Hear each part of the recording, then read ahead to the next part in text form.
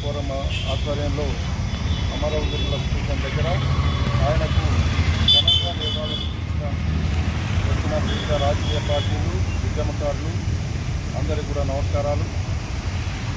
ఏదైతే ప్రత్యేక తెలంగాణ రాష్ట్రం కోసం తన ప్రాణాలను కూడా లెక్కచేయకుండా ఉద్యమ స్ఫూర్తితో తెలంగాణ ప్రజలకు ఏదో నియామకాలు ఇవ్వడానికి ఆయన అహర్నిశలు కృషి చేసిన వ్యక్తి.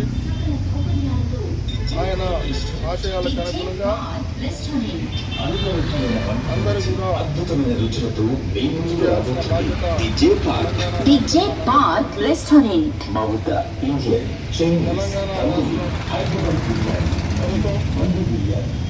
అహర్నిశలు ఆయన శ్రమించి ఎంతోమంది విద్యార్థులను ఉద్యమంలో నడిపించి వారందరికీ కూడా మార్గదర్శకులయ్యారు. ఆయన ఆశయ సాధనలో ఆయన కార్యాచరణ ప్రకారమే తెలంగాణ రాష్ట్రం సిద్ధించింది.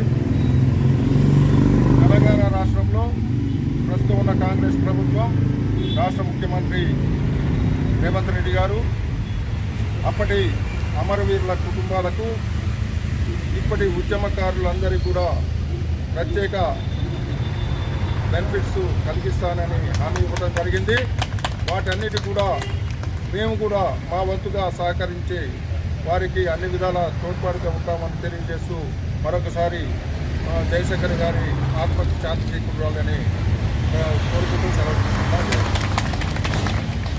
జయశంకర్ సార్ ఆశయాలను జయశంకర్ సార్ ఆశయాలను జయశంకర్ ఆశయాలను శ్రీనివాసరావు గారికి. For watching. For more updates subscribe to my channel. చూస్తూనే ఉండండి మరెన్నో అప్డేట్ కోసం ASN 24 టీవీ న్యూస్. చేయండి, కామెంట్ చేయండి, సబ్స్క్రైబ్ చేయండి.